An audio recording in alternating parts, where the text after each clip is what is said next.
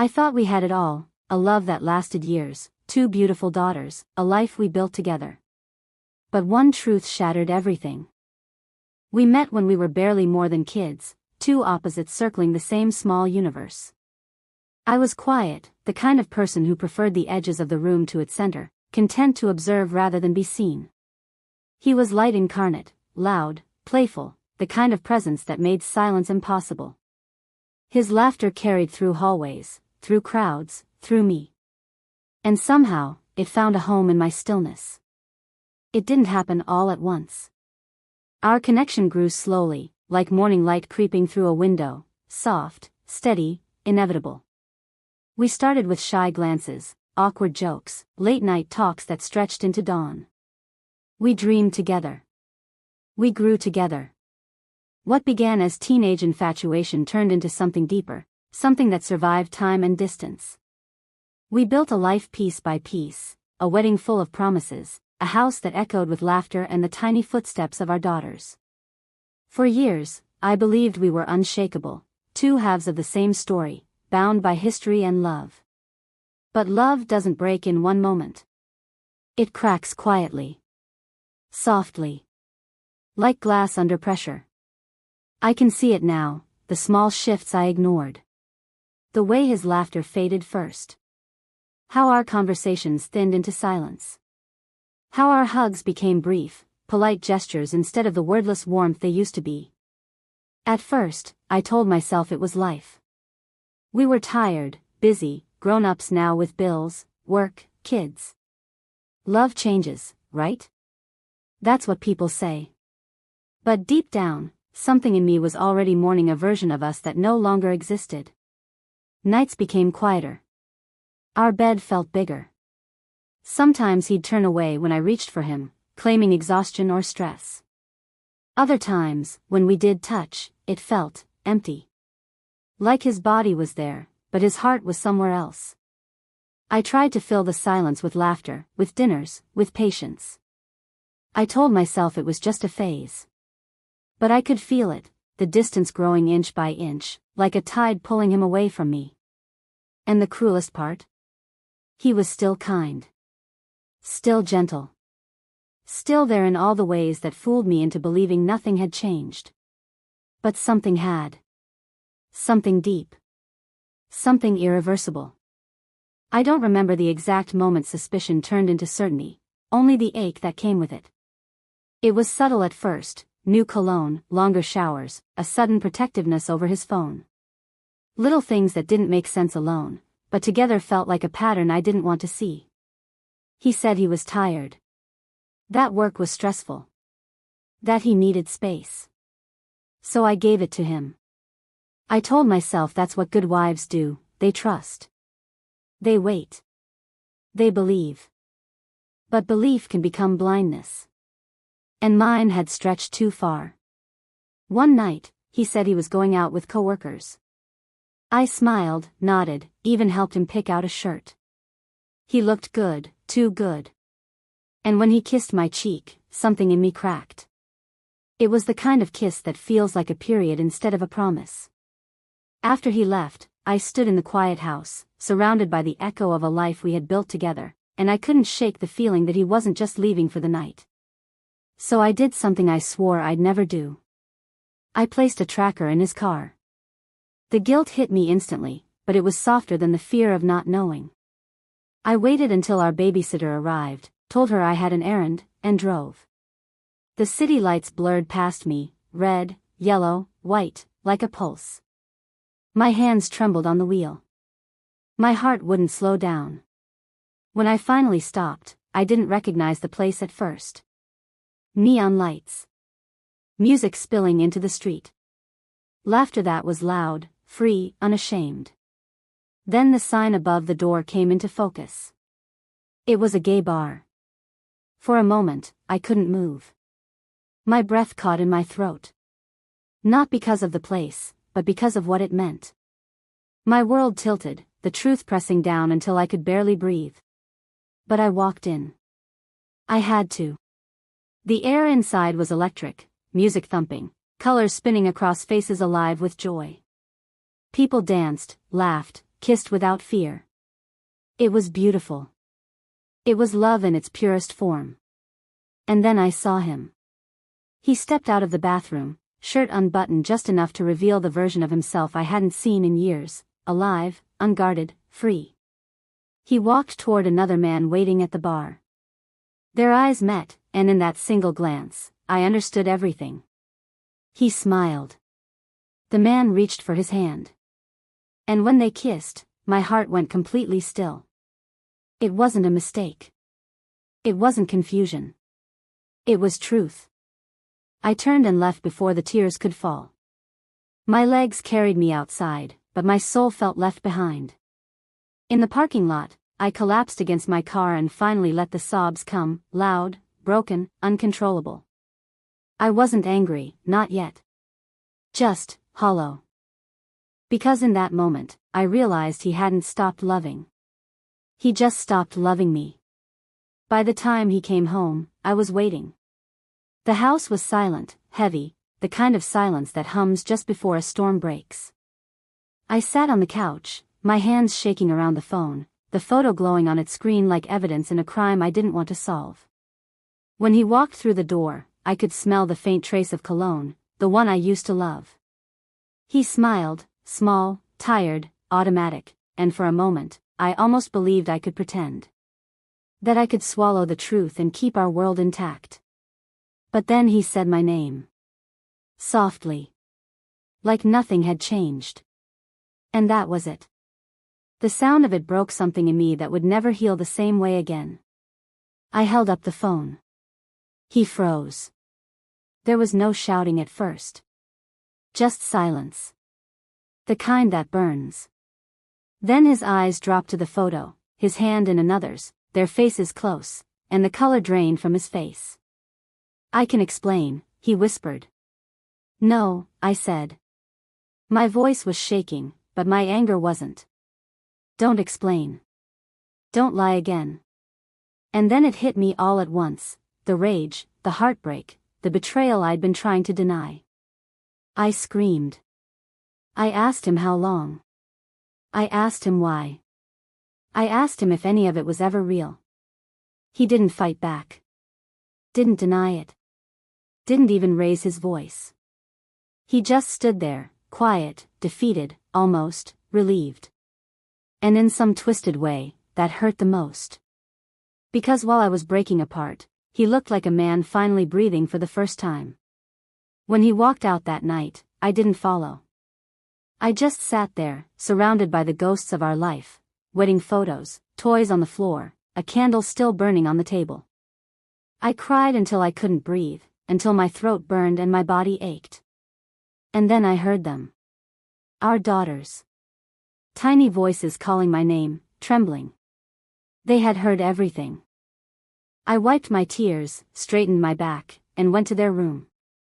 Their faces were red, scared. I told them it was okay, even though nothing was. I tucked them in, kissed their foreheads, whispered that I loved them. Because no matter how broken I was still their mother. That night, after they fell asleep, I sat in the dark and tried to remember the exact moment my life had shifted. The moment love had turned into a stranger. But there wasn't one. It was a slow death, so slow I hadn't noticed it was over until all that was left was silence. The days that followed felt like walking through fog.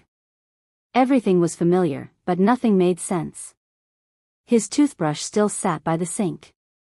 His coffee mug was still in the dish rack. His jacket hung by the door, like he might walk back in at any moment and say it was all a mistake. But he didn't.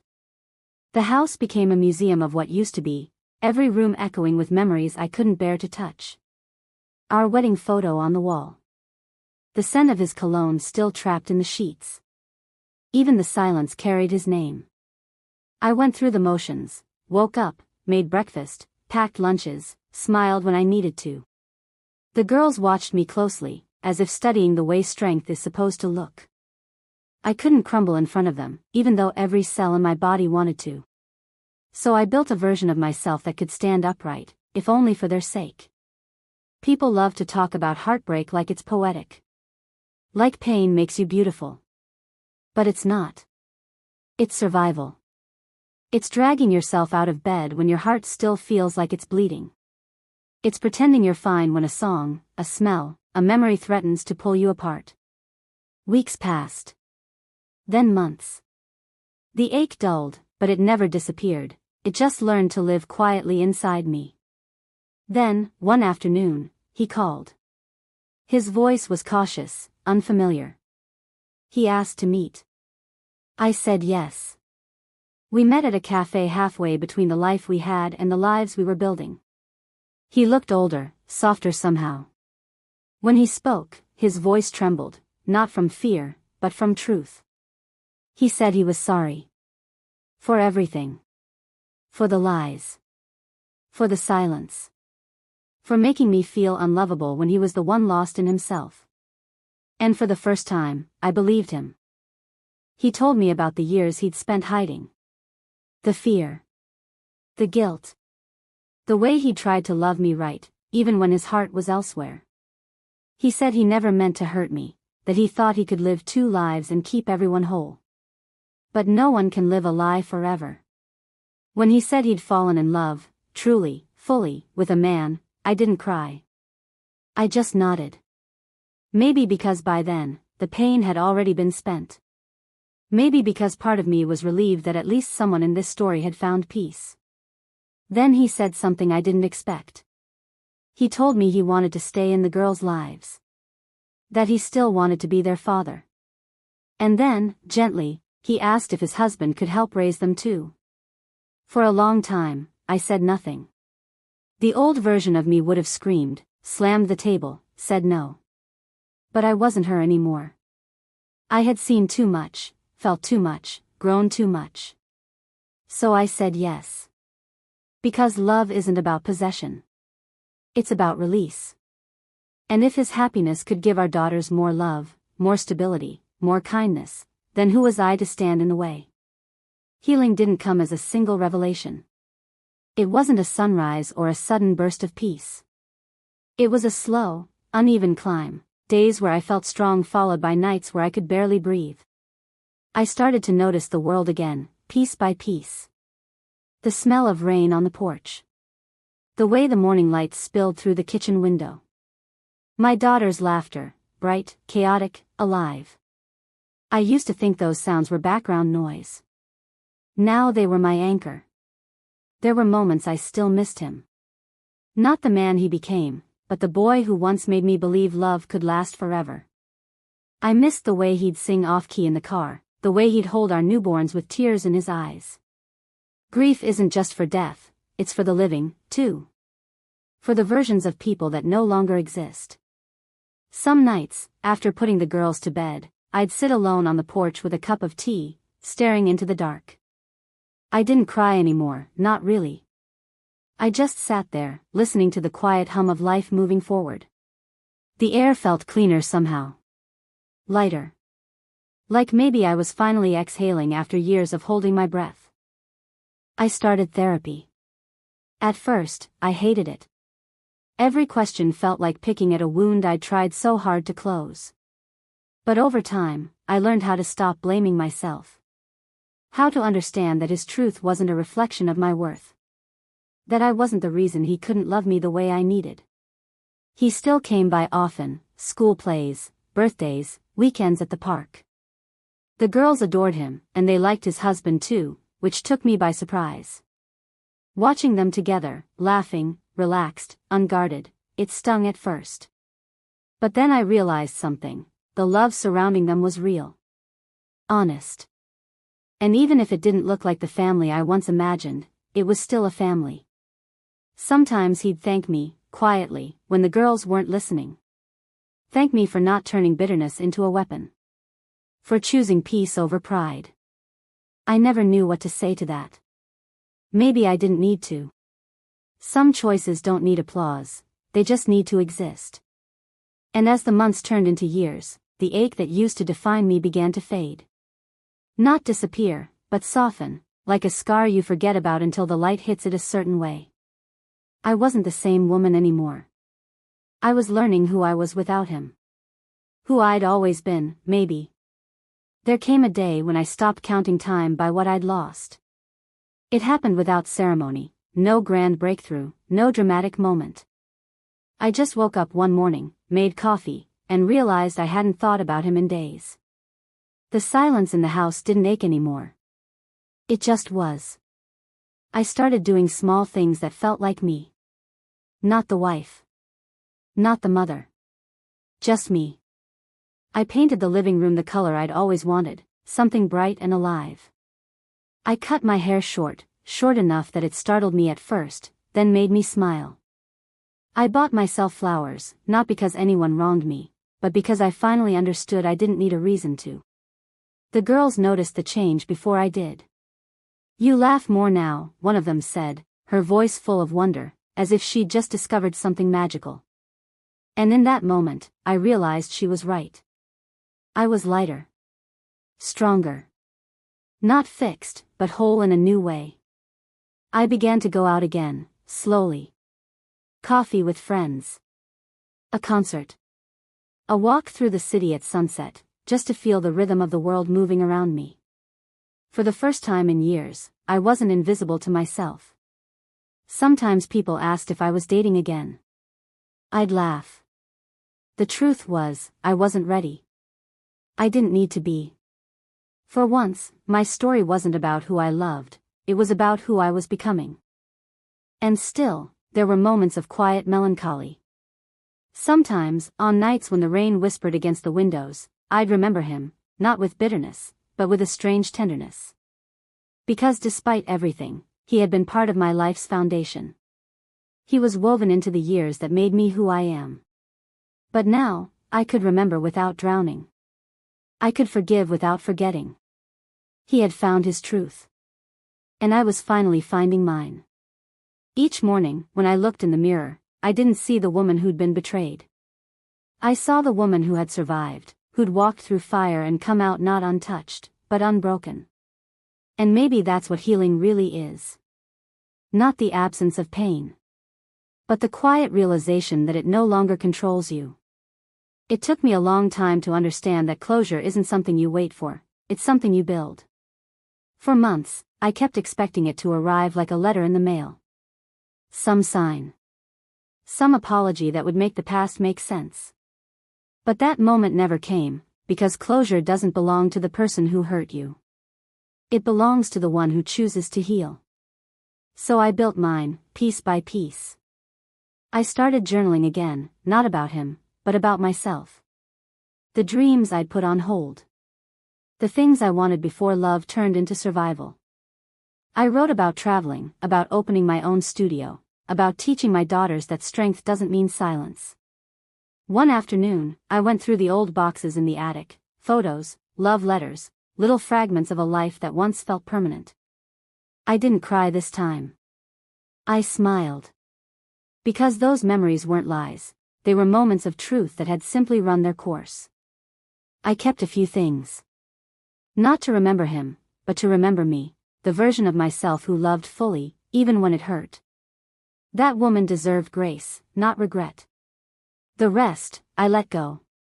I donated the wedding dress. I deleted the photos from my phone. I took off the ring I'd been wearing out of habit and placed it in a small box with a note that said, "Thank you for the lessons." And that night, as I watched my daughters sleep, their faces soft and peaceful in the glow of the nightlight, I realized that everything I'd endured had shaped the kind of mother I wanted to be, one who taught them that endings aren't failures. They're thresholds. The next morning, I woke before the sun. The sky was pale and quiet. I stepped outside barefoot, the grass cold beneath my feet, and breathed in the air, new, clean, unburdened. For the first time in years, I wasn't waiting for life to happen. I was already living it. The world looks different now. Not brighter, not softer, just clearer. Like the fog finally lifted and I can see the shape of my own life again. There are still moments when the past catches me off guard, a song, a scent, a familiar road, but it doesn't break me anymore. It just reminds me how far I've come. My daughters are growing fast. They laugh easily, love freely, and talk about the future with the kind of hope I once forgot was possible. When they're with their father and his husband, they come back full of stories, weekend trips, new recipes, little adventures. And every time they tell me, I listen with a calm I never expected to find. Because happiness, I've learned, doesn't have to look the way you imagined it. Sometimes it just means letting everyone be exactly who they are, including yourself. I still have quiet nights alone. Nights where the house feels too big, the silence too loud. But those moments don't scare me anymore. They feel sacred, almost, proof that I can stand in the stillness and not collapse under it. I've started writing again, not to remember, but to create. Stories about women who lose everything and still find a way to rise. Stories that don't end with heartbreak, but with becoming. And in some quiet, ordinary way, that's what I've done. I've become. Not the woman I was before the pain. Not the one I was during it. But someone entirely new, tempered by loss, strengthened by truth, softened by grace. He has his life. I have mine. And sometimes, when we cross paths at a school play or a birthday party, we share a small, knowing smile. Not out of love. Out of peace. Out of mutual understanding that sometimes the bravest thing two people can do is let each other go. I used to think the story ended the night I found him in that bar. But now I know, that was just the plot twist. The real story began after. Because healing isn't the end of love. It's the beginning of freedom.